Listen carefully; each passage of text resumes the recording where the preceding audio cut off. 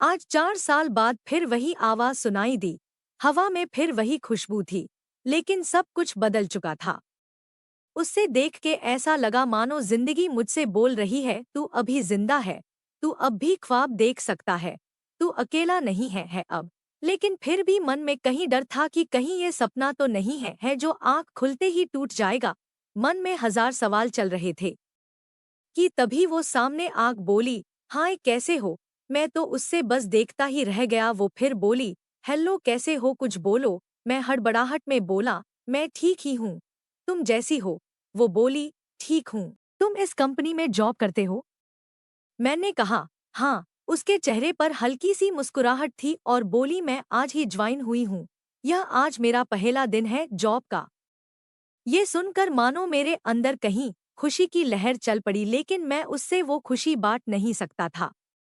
मैं आज 4 साल बाद उससे मिला था। वो मेरी पहली मोहब्बत थी।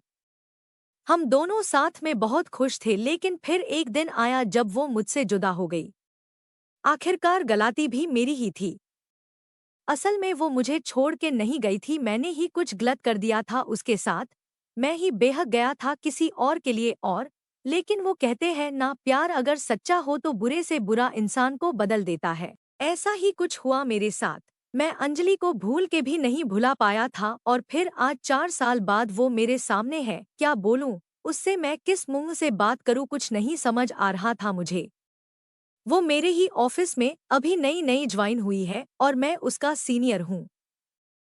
हम रोज ऑफिस आते हैं, काम करते हैं और घर जाते हैं। 1 महीना हो गया था हुए, लेकिन अंजलि ने मुझसे एक बार भी हमारे बीती हुई जिंदगी में बारे में बात नहीं की, कभी भी ना ही वो मुझे पूछी कि मैं अब उसी के साथ ही या ब्रेकअप हो गया है मेरा। एक दिन जब शाम ऑफिस से निकलने का टाइम हुआ तो बहुत बारिश हो रही थी और मेरे पास छता नहीं था कि मैं बस स्टैंड तक भी जा सकूं थी। मैं ऑफिस में ही वेट कर रहा था बारिश रुकने के लिए। तभी अंजलि ऑफिस से निकल रही थी और मुझे बैठा देख कर पूछी, तुम्हें घर नहीं जाना? तो मैंने कहा, घर तो जाना है, लेकिन मैं आज छता नहीं लाया और बाहर बहुत बारिश हो रही है, इसलिए वेट कर रहा हूँ रुकने के लिए।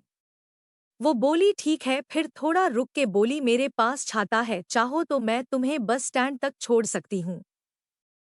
मैंने बिना कोई सोच विचार किए जा कह दिया और जल्दी से सब सामान रख के उसके साथ ऑफिस से निकला। बारिश इतनी तेज थी कि हम दोनों भीग गए थे बस स्टैंड आते आते, और बारिश के वजह से बस भी काफी लेट थी।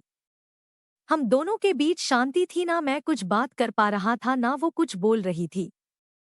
फिर मैंने ही हिम्मत जुटा के पूछा कि क्या तुम्हारे शादी हो गई? वो हंस पड़ी और बोली, नहीं। ये सुनकर मेरे दिल को जो खुशी हुई मैं उससे बता भी नहीं सकता था। फिर कुछ देर बाद वो मुझसे पूछी, तुम्हारी हो गई? मैंने कहा नहीं। फिर थोड़ा रुककर मुस्कुराते हुए पूछी, प्रीति का क्या हुआ? मैं थोड़ा शांत हो गया और बोला, हम साथ नहीं हैं।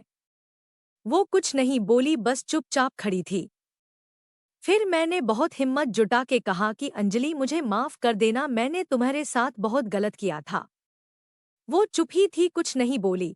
मैं भी चुप खड़ा था। फिर थोड़ी ही देर में बस आ गई और हम दोनों बस में गए। अगले दिन जब मैंने ऑफिस में अंजलि को देखा तो मुझे उससे पूछना था, क्या सोचा उसने, मुझे माफ किया कि नहीं, कैसे बात करूं उससे, यही सब सोच रहा था कि वो मेरे केबिन में मुझे एक फाइल देने आई।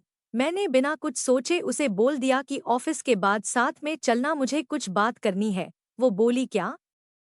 हम अभी भी इधर बात कर सकते हैं। मैंने कहा, नहीं, ऑफिस के बाद मिलना। वो बोली, ठीक है, और चली गई। मैं बस इंतजार कर रहा था कि कब 6 बजेंगे कि मैं उससे बात कर पाऊंगा। टाइम जैसे थाम ही गया था। 6 बज गया, सब एक एक करके निकाल रहे थे ऑफिस से। फिर आखिर में मैं निकला और साथ में अंजलि भी थी, वो रुकी थी मेरे लिए। आज फिर हम साथ चल के गए बस स्टैंड और रास्ते में मैंने उससे पूछा कि कल का जवाब नहीं दिया तुमने। वो शांत ही थी कुछ देर, फिर बोली, किस बात का जवाब, क्या जवाब दूं?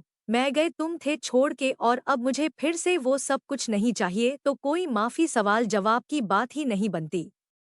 मैंने उससे बहुत मानने की कोशिश की, लेकिन वो नहीं मानी।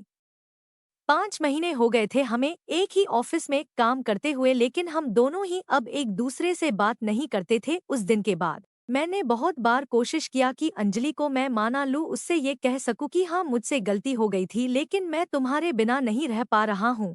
तुम इस ऑफिस में ज्वाइन हुई उससे पहले से मैंने तुम्हें कांटेक्ट करने की कोशिश किया था, लेकिन नहीं हुआ, और जब तुम इस ऑफिस में आई तो मेरी खुशी का कोई ठिकाना ही नहीं रहा। लेकिन मुझे में तुमसे बात करने की हिम्मत नहीं होती थी। मुझे पता था कि तुम अब भी मुझे प्यार करती हूँ, लेकिन कहती नहीं हो। एक दिन मैंने ही कुछ सोचा और ऑफिस में आग सबको अपनी शादी की खबरें दे दी कि अगले महीने मेरी शादी होने वाली है। ये सुनकर ऑफिस में सब मुझे बधाई देने के लिए आए, लेकिन अंजलि नहीं आई। शाम को मैं खुद उसके पास गया और पूछा कि क्या तुम्हें खुशी नहीं हो रही कि मेरी शादी होने वाली है। वो बोली, क्यों नहीं, मैं बहुत खुश हूँ कि तुम शादी करने जा रहे हो, एक नई जिंदगी की शुरुआत लेने जा रहे हो। फिर मैंने पूछा कि तुम मुझे बधाई देने की नहीं आई। जब सब लोग आए थे ऑफिस के तो बोली, मुझे बहुत काम था, मैं बस्सी थी। मैंने कहा ठीक है और मैं वहां से चला गया। 2 दिन बाद रात को अंजलि का मैसेज आया कि क्या तुम सच में शादी कर रहे हो अगले महीने। मैंने कहा हाँ। अगले दिन अंजलि ऑफिस ही नहीं आई थी। मैं सोच में सब गया कि क्या हो गया, वो आई क्यों नहीं। फिर मैंने अपने कलीग को कहा कि अंजलि को फोन करके पूछे कि वो ऑफिस क्यों नहीं आई। उसने फोन किया तो पता चला कि उससे बहुत तेज बुखार है और वो घर पर अकेला है। मैं तभी ऑफिस से निकाल गया उसके घर जाने के लिए। रास्ते में मैंने फोन करके उसके घर का पता पूछा और जितनी जल्दी हो सके वह पहुंचा। वहां जाग देखा तो वो अकेले थी और उससे बहुत ठंडी लग रही थी, कंबल में सोई थी। मैं जल्दी से उस उठा के अस्पताल ले गया। शाम तक उसका बुखार ठीक हुआ तो डॉक्टर ने उससे मिलने की इजाजत दी। मैं उसके पास बैठा था, वो सो रही थी। मैंने उसका हाथ अपने हाथ में लिया, फिर धीरे से उसकी आंख खुली, वो मुझे ही बस देखे जा रही थी। मैंने धीरे से बोला कि नहीं है मेरी शादी अगले महीने, मई शादी नहीं कर रहा हूँ। ये सुनते ही वो रोने लगी। मेरे भी आंख में आंसू आ गए। मैंने उससे गले लगा लिया और हम दोनों एक दूसरे को पकड़ के बहुत रोए। फिर हम वहां से घर गए और हमेशा एक दूसरे के साथ रहने का प्रॉमिस किया।